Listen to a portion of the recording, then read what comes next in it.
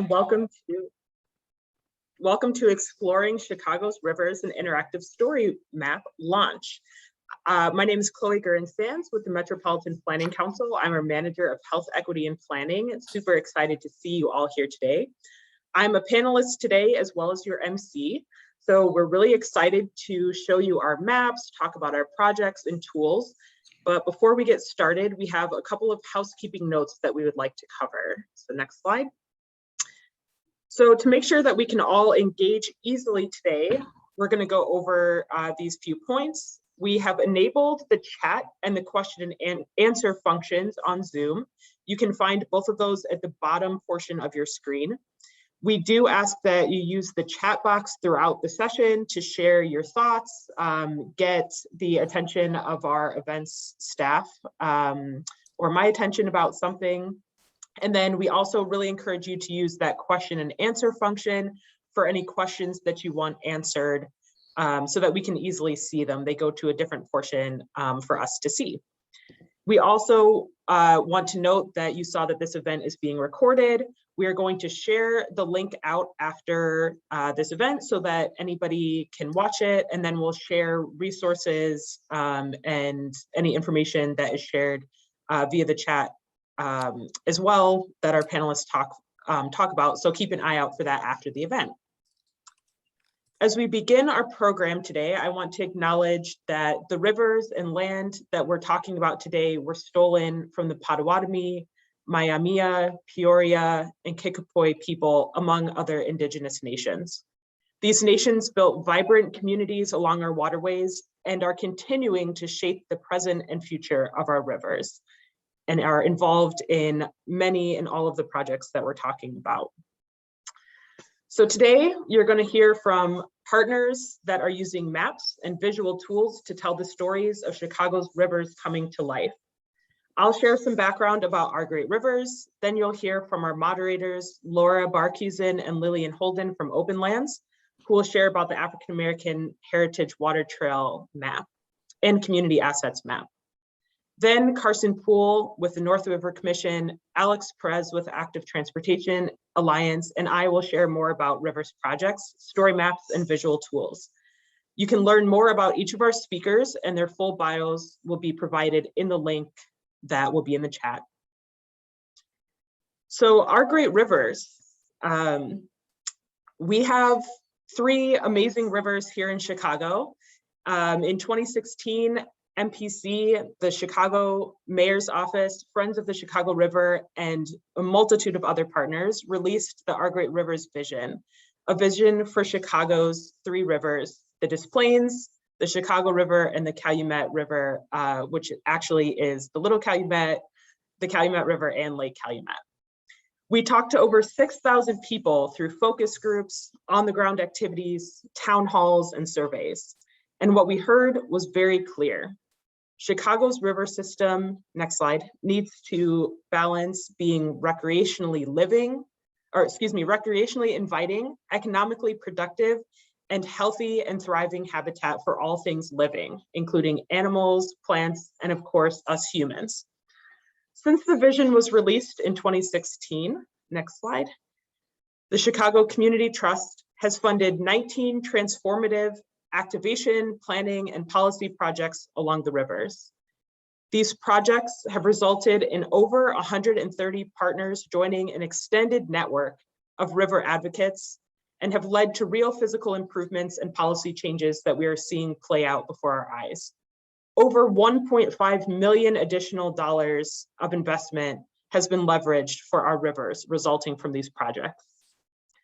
The Metropolitan Planning Council has been providing technical advocacy and support for the Our Great Rivers projects since 2017, and we were inspired by members of this network who you'll be hearing from today to create a story map that highlights all of these projects in an exciting way and inspire all of you and our other partners to travel across our city and get out on our rivers.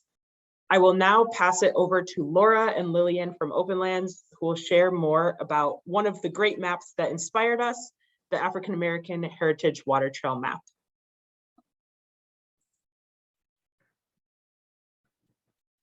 Hi, I'm Laura Barcusen from Open Lands.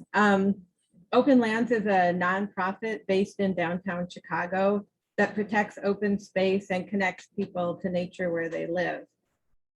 We protect the natural and open spaces of northeastern Illinois and the surrounding region to ensure cleaner air and water, protect the natural habitats and wildlife, and help balance and enrich people's lives. In our work to protect land and water, we strive to increase tree canopy, educate schools and engage communities, and advocate for policies that protect our natural areas. We are currently working hard with several community partners to increase access to the Little Calumet River. And my colleague Lillian is going to present 2 story maps that have resulted from this effort. Well, thank you, Laura. So hi, everybody. My name is Lillian, and I'm the Education Outreach Coordinator, and I'll be talking about the African American Heritage Water Trail and the Community Assets Map. And just to note that both of these story maps were created with our community partners in mind.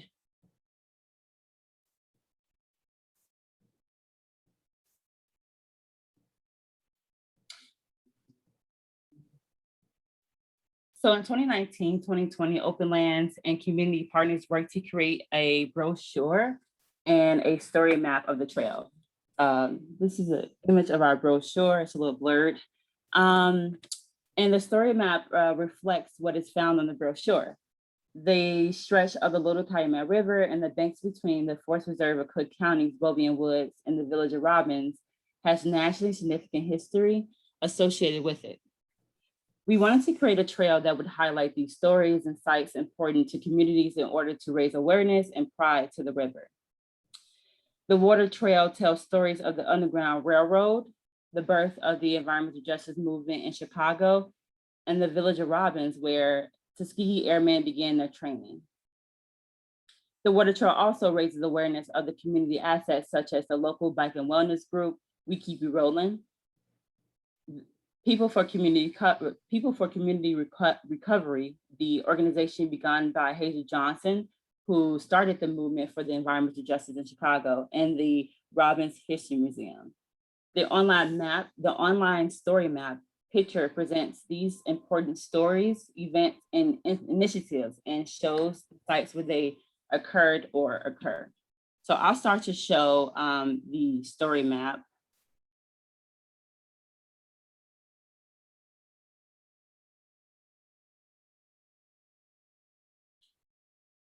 All right, so this is the landing page of the story map. And as you scroll down, you'll learn more about what it covers and how to engage with paddling along the Little Calumet River. And so I wanted to just show three points that are a part of the African American Heritage Water Trail. And so you'll see that I'm able to navigate through, and I'll start with our point 10. So this is the site of the Ton Farm, which is an Underground Railroad safe house for freedom seekers on the bank of the Little Calumet River and the Golden Gate community. It was previously owned by Dutch immigrants John and Aunt Ton, and the site has recently been designed as a part of the National Park Services Network to Freedom. And then I'll also like to show you all site 6. Here we are. So site 6 is the Hazel Johnson Expressway. Hazel Johnson, who in the 1960s and 70s labeled the Augill Gardens neighborhood where she lived, the toxic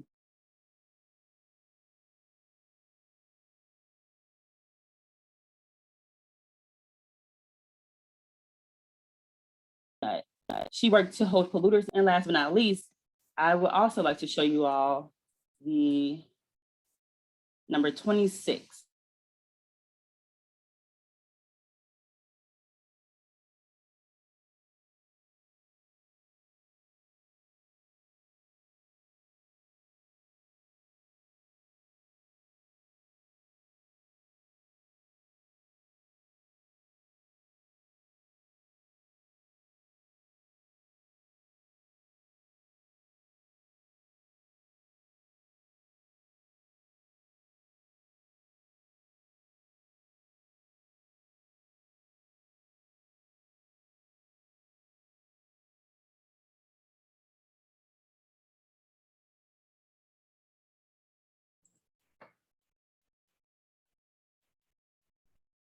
Hi, everybody. Can you hear me? I might be having some technical difficulties.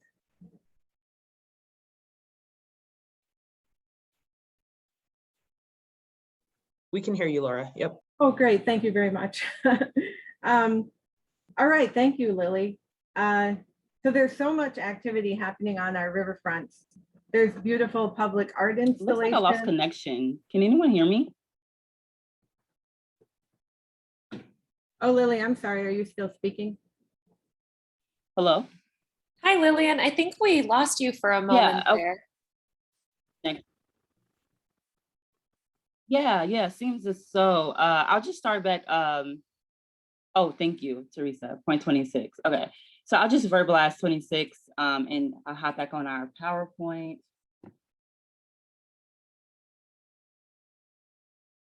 It's acting a little wonky. Please bear with me.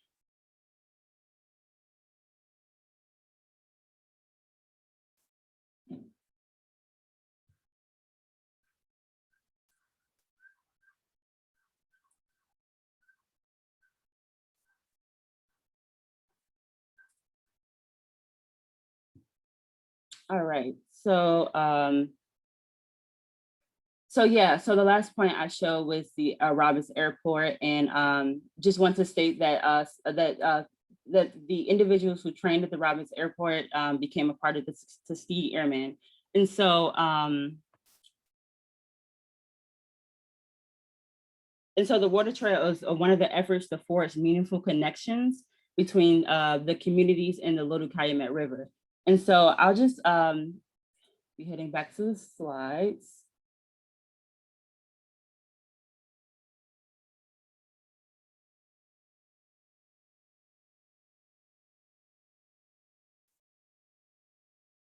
And so our next one is the community assets map. And I'll be brief with this one for the sake of time. And so the community assets map covers the Riverdale Community Area number 54, which is one of Chicago's 77 official community areas, and is located along the Little Calumet River at the city's southern edge. And it is distinct from the village of Robbins. And it covers Altgeld Gardens, Golden Gate, Riverside Village, Pangea Lakes, Concordia Place, neighborhoods, and these are all historically underserved communities. And so let's look at this community assets map, and I'll just speed through it. All right, so this is the landing page for the community assets map, and I'm using two strings, so that's why I'm looking up. So I'll just be scrolling down. You'll see the neighborhoods color coordinated, so that I mentioned. And then, so it covers topics like elected officials. And you'll see a list of elected officials, and this is the 9th ward in green. And then we have our other wards in blue. And then it covers recreation. So divvy bike stations and where they're located. The black outline is the Riverdale Community Area number 54. And so as you scroll through this, you'll be able to see the needs and the needs and the wants of the community. Paddling and boating is another portion that is identified, and it is the colors identify experience level. And then parks and preserves and open space. So this is just to show the site of the town farm, community cultivated land, and the maintained path. Additional sites, you'll see sites, parks and preserves, both large and small and green. And then images of those sites where you can click and actually go to the website. And so there's also a wildlife that's been indicated and found, transportation, health and wellness resources, financial resources as well, so credit unions and banks, community support, so community organizations and childcare, learning resources. And that's pretty much the end of the community assets map. So I'll just hand this back off to Laura and stop sharing my screen. But thank you for your time. Thank you, Lily. So there's so much activity happening on our riverfronts. Beautiful public art installations and activation events are often catching our eyes and the headlines, and rightfully so. And physical improvements lend themselves well to being featured on a map. And today we want to highlight 3 planning projects that you can find on MPC's map that are beginning to move towards reality. These, the reports accompanying these plans, they're not sitting on a shelf gathering dust. So first, I would like to introduce Carson Poole of the North River Commission and pose the question. The North River Commission is working to revitalize a riverfront economic corridor.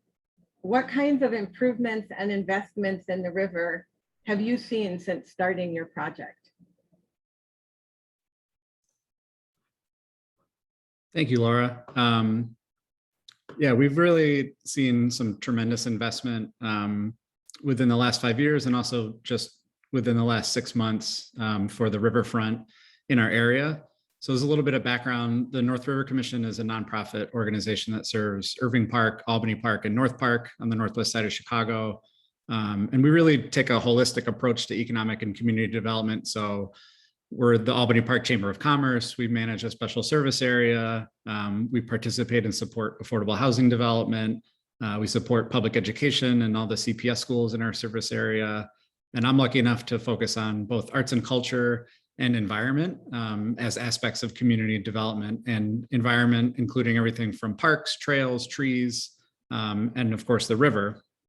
And, you know, I personally think that in the area where we work, we have some of the best riverfront in all of Chicago. We have an incredible bounty of riverfront parks, from Horner River, Legion, Eugene Field, Gompers Park.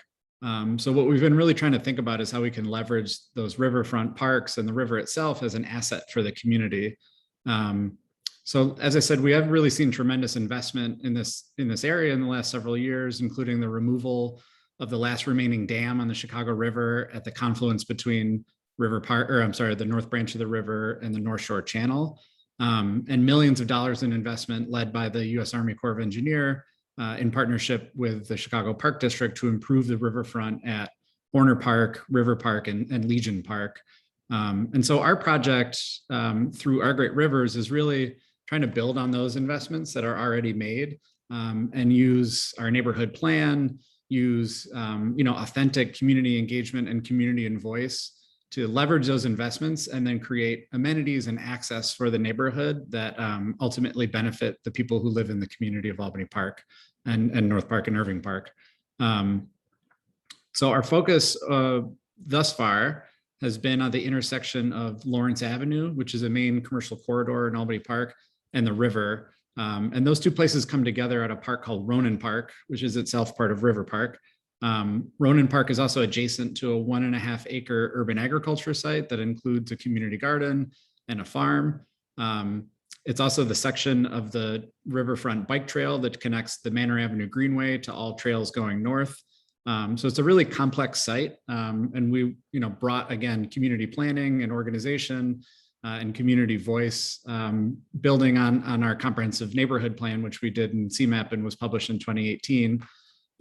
So if you go to the next slide, we were really lucky that as part of this, we got to work with Perkins and Will and Omni Ecosystems as pro bono partners to help us develop site plans, renderings, and a story map to talk about the neighborhood, the planning context, kind of like how we got to this project, and then ultimately the vision for what we're hoping to achieve at this site. And the story map is a really powerful tool for that, because again, this is a complex site. There are a lot of uses. It's an important position in the neighborhood as the gateway to Lawrence Avenue, as the gateway to Albany Park, as part of the river, as part of the riverfront bike trail. And so the story map helps to embed the planning vision within all of that rich context, so that it's not just, here are some renderings about something that we want to see on the riverfront, but why did we choose to do this, or why did what part of the community vision and part of the Great Rivers vision are we addressing when we make these suggested improvements. So again, North River Commission has been able to do, the organizing, the advocacy, and the sort of community scale planning with partners.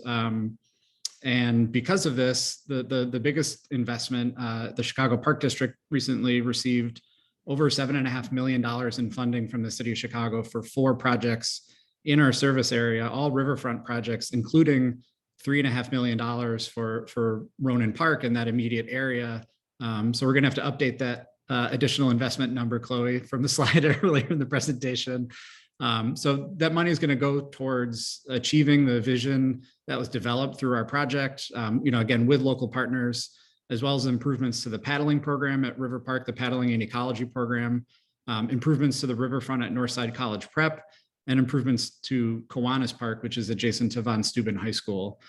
So collectively, over $7.5 million will be invested in community amenities, access, and improvements that help to bring the riverfront into more of a neighborhood amenity, and the river itself as a park, which is part of the Great Rivers vision, is not just envisioning the rivers as something that flows through our parks, but as part of our parks, as an integral part of our parks and our community.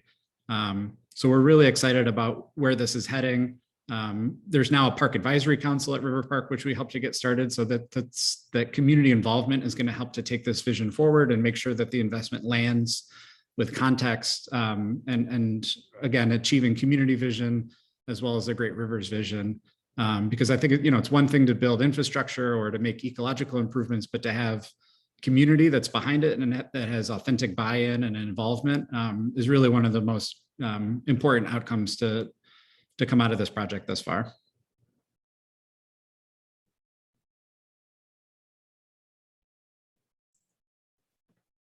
Great, thank you, Carson. Next up, we have Alex Perez from Active Transportation Alliance. Active Transportation Alliance is stretching our imaginations for what pedestrian access could look like along the rivers. How will folks be able to access, enjoy, and connect with the rivers through the Chicago Riverpark project? Hi, Laura. Thank you. As she mentioned, my name is Alex Perez. I am an advocacy manager at Active Transportation Alliance, and Active Trans is a nonprofit organization working to promote walking, biking, and public transit, making sure it's safe and equitable to get around the Chicagoland area. And with this project called the Chicago Riverpark, Active Trans has been working with Ross Barney Architecture firm to help us with creating the site plan, helping us out with the concept renderings to create a vision for what the Chicago Riverpark could look like and create access and connectivity along Upper Wacker. So this is a project stretching along Upper Wacker as a continuation of the success of the Chicago Riverwalk in downtown, where we would like to see a little bit of the over-dedicated space that is allocated to cars and giving some of that space to people who are walking and biking along Upper Wacker. So part of the plan is to remove 1 or 2 lanes from the roadway to build out the Riverpark. And from this is taking out the lane that's closest to the sidewalk on the Chicago River. And from there, it's creating a 2-way bicycle path that will be protected as well with a buffer, so the cars don't get in the 2-way bicycle path. And then there's pretty much a buffer between the sidewalk and the driving lane with the bicycle path. So as I mentioned, it is an expansion. Kind of the idea of it was looking at the success of the Chicago Riverwalk in downtown and how to build on it to making sure that people who are walking and biking are accessing it safely. Because just from experience, or people who work in downtown, just kind of already have a sense of how difficult it could be to bike on Upper Wacker or try to cross that intersection on Upper Wacker. And part of it too is to relieve congestion along the river's edge. It does get crowded along the Chicago Riverwalk if you're trying to bike. So making sure that the 2-way bike path is a dedicated space for people who want to bike, are biking on the bike path and not really competing with space on the Riverwalk with people. Next slide. So this is just a brief overview of the project study area. So we are focusing on Upper Wacker primarily, and starting on Orleans Street, kind of the meeting point for the North Branch and the South Branch, and then it will stretch down to Columbus Drive, and then it'll be a downward ramp that will give you a connection to the Riverwalk and a connection to the lakefront as well. So this is a key amenity that will create access and safety for people who are walking and biking along Upper Wacker, and create access to not just the Chicago River, but also the downtown area and the lakefront. And another thing to mention too is with the overly dedicated space for cars, much of Upper Wacker has around 7 car lanes, including traffic. So removing one travel lane, we don't see it being much of a difference just because of the traffic volumes. We have predicted that the number of lanes don't justify the amount of car traffic that is going on, especially during the pandemic, where a lot less people are driving into work or working from home. So it just provides a little bit more open space to create a vision of what this area would look like if we could give more space to people who are walking and biking and not just cars. Next slide. So this is just a close-up of intersection looking at Upper Wacker and Michigan.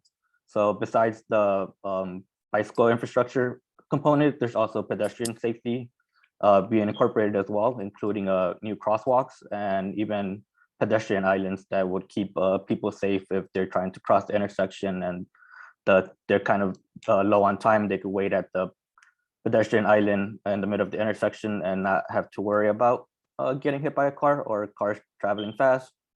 And as well as with the biking, there is kind of the markings are there to make it more visible when crossing through the intersection, as well as bike boxes to keep cyclists give a head start when the light turns, and as well as the addition of creating a no turn on red sign on Michigan. That way it'll keep the safety component there whenever cars are trying to make a right turn, making sure that that collision is the least amount of possible for people who are walking and biking on Michigan when it does get busy.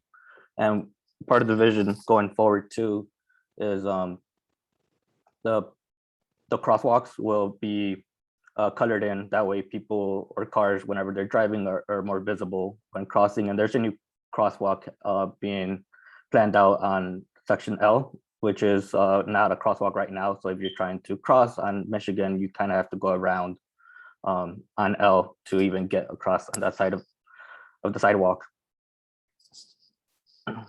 And this is kind of pretty much the big picture. These are still concept renderings. These are in kind of the final designs. We are still in communication with a lot of the stakeholders that we've had conversation with, including downtown organizations, downtown businesses, department agencies, and Alderman Riley. Alderman Riley has been supportive of this project when we first introduced to his office, and he's been supportive of it as well. So we're hoping with his support, this project could gain more momentum going forward and creating a vision where this becomes reality.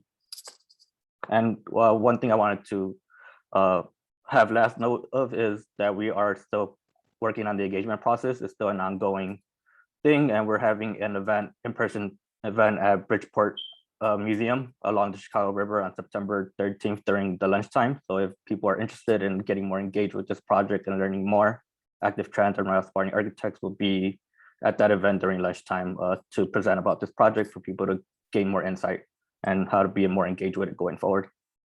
Thank you. Thank you, Alex. Next up, we have Chloe Guerin-Sands from Metropolitan Planning Council. And today, the Metropolitan Planning Council is launching the Explore Our Great Rivers Story Map. Can you tell us about this story map and how it fits in with the support MPC has been providing to our Great Rivers grantees? Yeah, thanks so much, Laura, and thanks to Carson and Alex for sharing about your really exciting projects as well. So MPC has been providing technical and advocacy support for rivers initiatives for several years now. Part of this support is convening a cohort of all of the Our Great Rivers grantees, where they can share challenges, successes, expand their rivers networks, and work together. We also discuss shared priorities and advocate together for the kinds of system level changes and policies that will help support riverfront planning and activations across the city and region moving forward. To us, an important part of advocacy is telling the stories of who is doing these projects and why they're happening and why they're so important to the communities surrounding the projects. For 4 years, we've been doing a lot of that storytelling through publishing blog posts, writing mini reports. But after the success of the Our Great Rivers Chicago social media campaigns last year and this year, where we saw a lot of excitement about people sharing how they're getting out on our rivers, we wanted to use a more visual and compelling tool this year to start telling these stories. So this, along with the inspiration from the projects that you just heard about, led us to create the Explore Our Great Rivers story map. So to show a little bit more of the map, we can go to the next slide. So when you visit the map, you will see, just like with the other story maps, an actual map of where all of these projects are on our different rivers. And you'll be able to either just scroll through the site and see where all the projects are, or click on any one point on the map to see more details. So if we go to the next slide, here you'll see we've clicked in on the South Branch Parks Framework Plan project. And for any project, when you click on it, you're able to zoom in on the map. Also, you'll be able to see pictures, videos that we have on there. You'll be able to link out to the lead organization's website and read more of a description about what that project is and what it's covering. So we're really hoping that this map will help you learn about a new project that you didn't know was happening, inspire you to go out and visit the site if there's a physical improvement that happened there, or read the plans and get involved with that if it's more so in the planning and advocacy phase. And all of the projects that you heard about today, as well as all of the projects that are part of that Rivers cohort network and more, are part of this map. So we really hope that you'll check it out. Thank you. Thank you, Chloe. I now have some questions to ask the panelists. And my first question is actually directed towards Chloe. How do visual tools like a story map inspire action, collaboration, and investment? What's the goal of this method of information sharing and placemaking? Thanks, and I would love, since Carson shared that news about us having to update our numbers on that, for you to jump in as well with how these kinds of tools have been helpful, and Alex as well, of course, if you have anything to add. So for us, again, with being able to tell those stories, being able to show images, pictures, just attaching that visual, really, we've seen it just excite funders and partners that the projects might have seemed a little bit, difficult to understand or a little bit abstract. This really adds that concrete layer for people to connect with a physical place, and seeing before and afters of what these locations have looked like when it's a physical improvement, seeing the inspiration of what something could look like when you have renderings. We've honestly just seen people get super excited and take it to the next level when we're able to show them an image like the ones that we saw today. Thank you. Does anyone else have any comment on that question? Yeah, again, just echo that, the sites are complex, right? Like the river is complex. The way that people interact with it is sort of layered. And it's really helpful to show that these projects don't come from nowhere, but are in fact, like very often the culmination of years of planning and investment. And to be able to tell that more complicated story and not, again, just show renderings to say, wouldn't it be cool if there was a pavilion at this riverfront site, but to say what different priorities and goals, both from the community or from the region or from funders, are being met by these proposals is super helpful, and a tool like Story Map can do that. Also, and it can live right online without you having to give that presentation all the time and sort of unearth all that complexity. It's as a standalone is something that somebody can access at any point, regardless of if you're there or not, is super helpful. Yeah, just echoing what everybody has said, Story Maps has been a great tool to just get the information out, making sure that it is interactive for people who want to be more engaged with such projects or multiple projects, to have that all in kind of one spot and kind of pinpoint like what projects they're interested in and how they want to learn more about it. Great, thank you, everyone. And the next question I have is directed towards Alex. What or who inspired your project? Who led it and drove it forward? And what were some of the lessons learned in taking your project from the planning phase to implementation?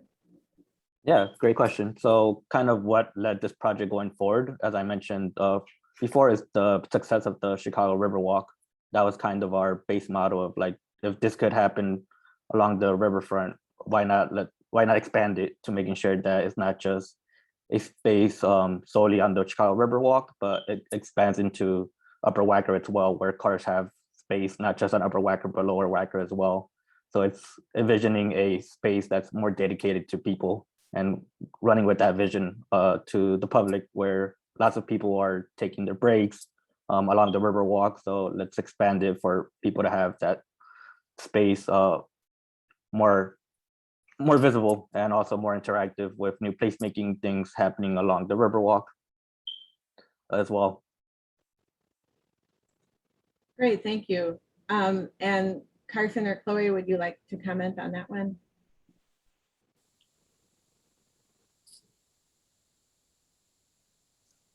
I would just add for us, we have a comprehensive neighborhood plan that we developed in partnership with CMAP in 2018 that had a whole chapter focused on parks and riverfront, and leveraging those as, they already are community assets, but how can we further leverage them for the benefit of the community? And so that plan and the intersection between that and the economic development section of our plan comes together again at Ronan Park, and this idea that that's the gateway to Albany Park. And so we were sort of like looking at both of those aspects and seeing if we could merge them into one project to create physical improvements, placemaking along the river that becomes a community amenity, but that also hopefully has this co-benefit of driving interest and investment and attraction to Lawrence Avenue and to the businesses in Albany Park, which we know as the chamber need more foot traffic. So we're trying to layer both of those goals on top of each other to do public space improvement that also has this subsequent goal of local economic development. For our Great Rivers project and the Great Rivers Chicago initiative overall, a big part of that inspiration for the very beginnings of it was seeing how much of a collective investment and appreciation there is for the lakefront, and wanting to see that same attention turned towards what we felt like had the potential to be an amazing resource throughout the whole city, and just adding those 150 plus miles of riverfront to places where people can access and interact with. So in going from the vision to starting to try to implement a lot of these projects and policies, I would say one of the biggest lessons was just starting to make that transition from what does it look like to have individual community level activations, which are great and needed to get that attention and start improving, but then starting to have this systemic conversation about, what are the policies, what are the planning nuts and bolts that we need to change in order to make this stuff happen at a larger scale, and be able to share our management of our huge river system in a better way. Great, thank you. I'm going to ask one more question and direct it at Carson, and then we'll switch to the audience questions. How can we utilize our urban waterways to drive connectivity and prosperity in all riverfront regions and neighborhoods? Yeah, that's a great question. Again, we think about it.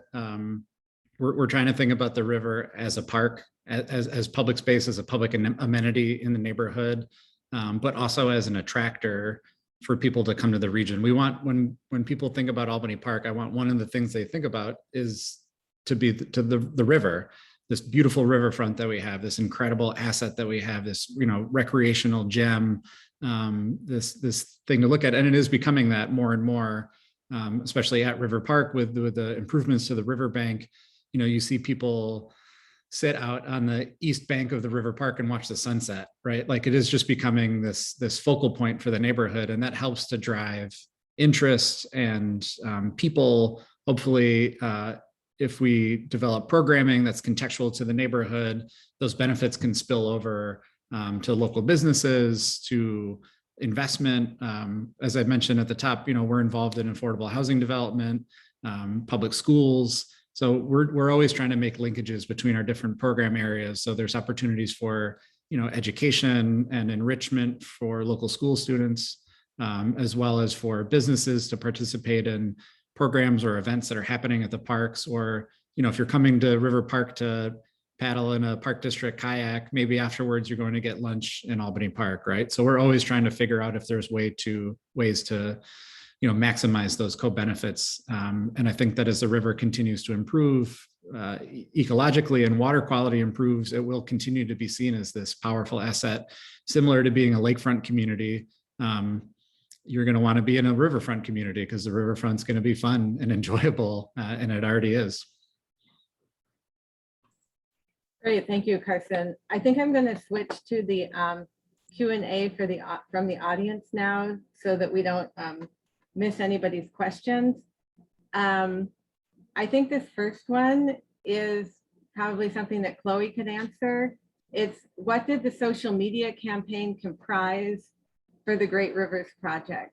It's really exciting to see tools like story maps being put up to use to make compiling a lot of information easy to navigate and easy to read. Sure. So our social media campaigns were run primarily through Instagram, Facebook, and our newsletter outlets that we have. So we shared images and pictures from our different partner projects. All of our partners shared their own content as well, videos, pictures. And then we also encouraged individuals on our staff and just broader folks in our networks and across Chicago to share images of themselves out on the rivers, especially last summer during the earlier phases of the pandemic, to show how our rivers could be a great outdoor refuge. So we used the hashtag Great River Chicago. So all of those posts would still be available if you want to go check out that hashtag and see everything that's been posted. Great, thank you, Chloe. The next question here is directed towards Alex. It says, I'm curious about how the lakefront connection aspect of the Riverwalk plan. Will the path connect with a particular location? For example, the lakefront path or a particular park, etc.? Yeah, good question, Casey. For that, so the renderings show a ramp going down from Columbus Drive. So that'll be a new ramp that will be built in that connects to the Riverwalk, the existing Riverwalk, and then from there, the path will take you to the lakefront. So it's not a new path that will be built, it's creating the downward ramp from Columbus Drive to the Riverwalk that will connect you to the lakefront path. Great. And this next one I think is also for Alex. Yep. It says, can the details of the lunch meeting on Monday, 9/13 in Bridgeport be repeated? So the event is going to be in person. It will be a lunch event at the Bridge House Museum along the river, not at Bridge Park. Sorry for the confusion, but it is at the Bridge House Museum, and it will be in person. Thank you. Okay. This next one says, are efforts being made to develop minority businesses as part of the river development? This might be a good one for Carson. Yeah, that's a great question. Again, we're trying to think about riverfront improvements and how they can create spillover benefits to our business district, including Lawrence Avenue, parts of Kedzie, these things that are walking distance. Our riverfront is almost all parks. There are sections in Ravenswood Manor, which are private homes, and then parts of the North Branch, which include like the riverfront for North Park University, and then a few private homes as well. But almost all of the riverfront in our service area is parks. So again, we're trying to think about how we can create more amenities that bring people to the neighborhood and then create those spillover benefits. But we have been thinking about like, public markets, events in the parks that local businesses participate in. Most of our local businesses are minority owned. Albany Park is a majority Latinx community, but as many people know, is incredibly diverse. And that's reflected really well in the business ownership in the community. So we are thinking about ways. It's been really hard over the past year and a half to bring businesses out for events. It's just been a struggle. People have been sort of holding on to their brick and mortar, and it's hard for them to participate outside their own four walls. So in the future, we are definitely thinking about opportunities to bring businesses into the parks and into the riverfront to create more of that connective tissue. Great, thanks so much. Our next question is for Alex. And it says, was there an opportunity to survey businesses and their employees along Upper Wacker and or the riverfront to understand their interests or provide input to shape the project? So there wasn't a survey done for this. What we did was have an advisory committee. So the advisory committee consisted of downtown businesses and downtown organizations that were involved with the engagement process, making sure that we got their input and feedback on what they think about this project. So there wasn't a survey, but we do have stakeholders who are businesses and organizations in downtown that were participating in this. Great, thank you. The next one I think I'm going to pose to everybody. It says, please describe the timeline and journey from idea to implementation. What are key components to getting a project completed? What helps them move more easily? What are some obstacles? And I will generally put that out there for whoever would like to answer. Maybe we could start with Carson. Yeah, I'm happy to.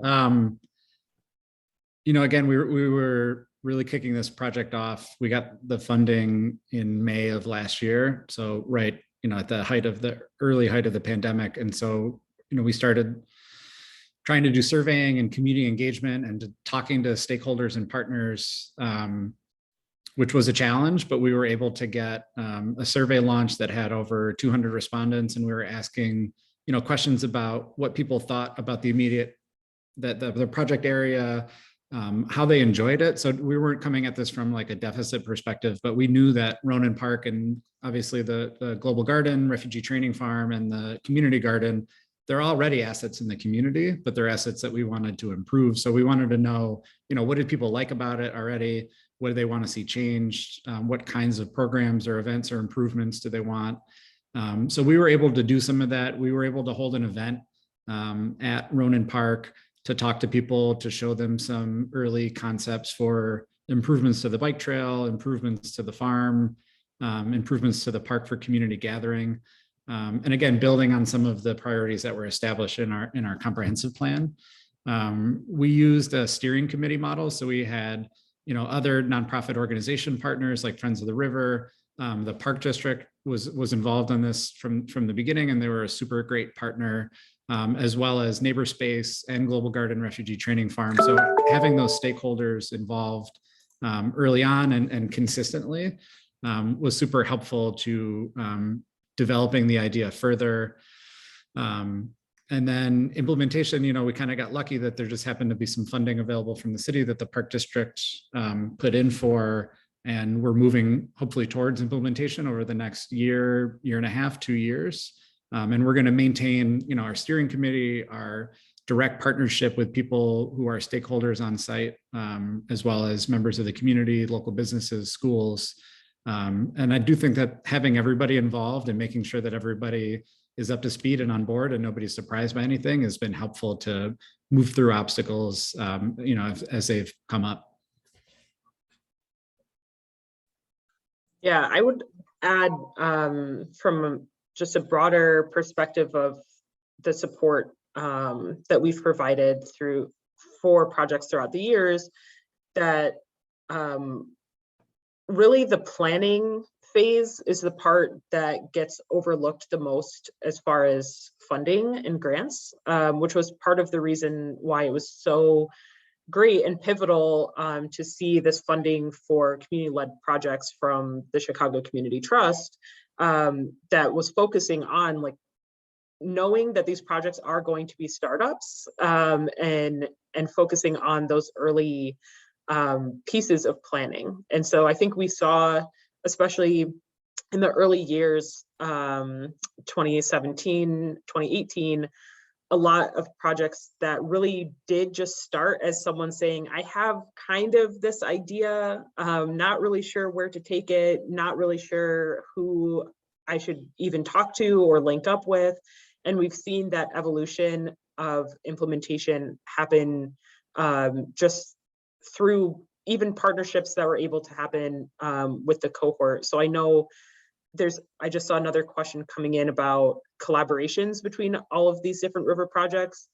Active Transportation Alliance and MPC and South Branch Parks Advisory Council have partnered a bunch on South Branch work. I know that Current and is partnering with pretty much everybody. I know that Open Lands and the Forest Preserves and MPC and Storm Store and OAI are all collaborating on a number of projects. So there really has been a lot of cross-pollination that's just made all of our projects stronger throughout this process. I got one more shout out to Perkins and Will and Omni too, having these two pro bono partners to help, develop the drawings and the renderings and to facilitate meetings. NRC is a small team, small but mighty, but it was very helpful that MPC was able to make the connection for us with Perkins and Will and Omni to both develop, renderings and concepts, but also the story map itself. Just totally invaluable. Great, thank you. I think we have 2 more minutes and 2 more questions. The first one is for Alex. The question is, are the traffic lights going to be changed to manage safe bicycle passage? So for that question, there would be part of the design concept is to add new lights that include bicycle. So pretty much it would give the first right of way to the bicycles to start once the light turns green, and then the regular traffic light to cars will turn green after. So it'll pretty much give a prioritization to bicycles when the light turns green. Thank you. And then finally, this is a question for Carson.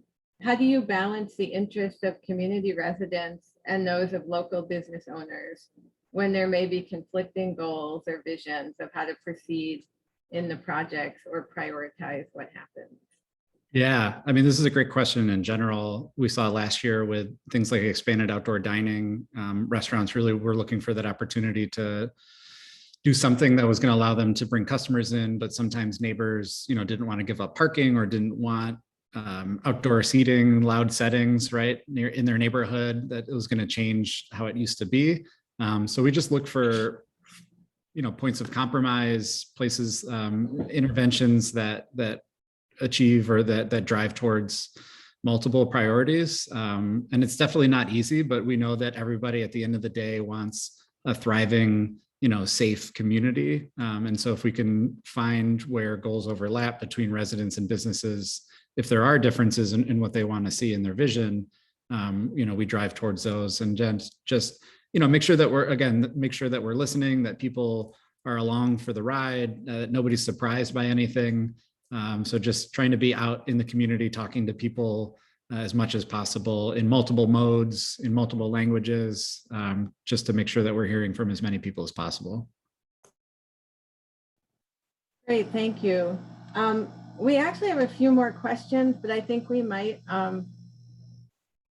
I think we need to pass it over to Chloe to wrap up.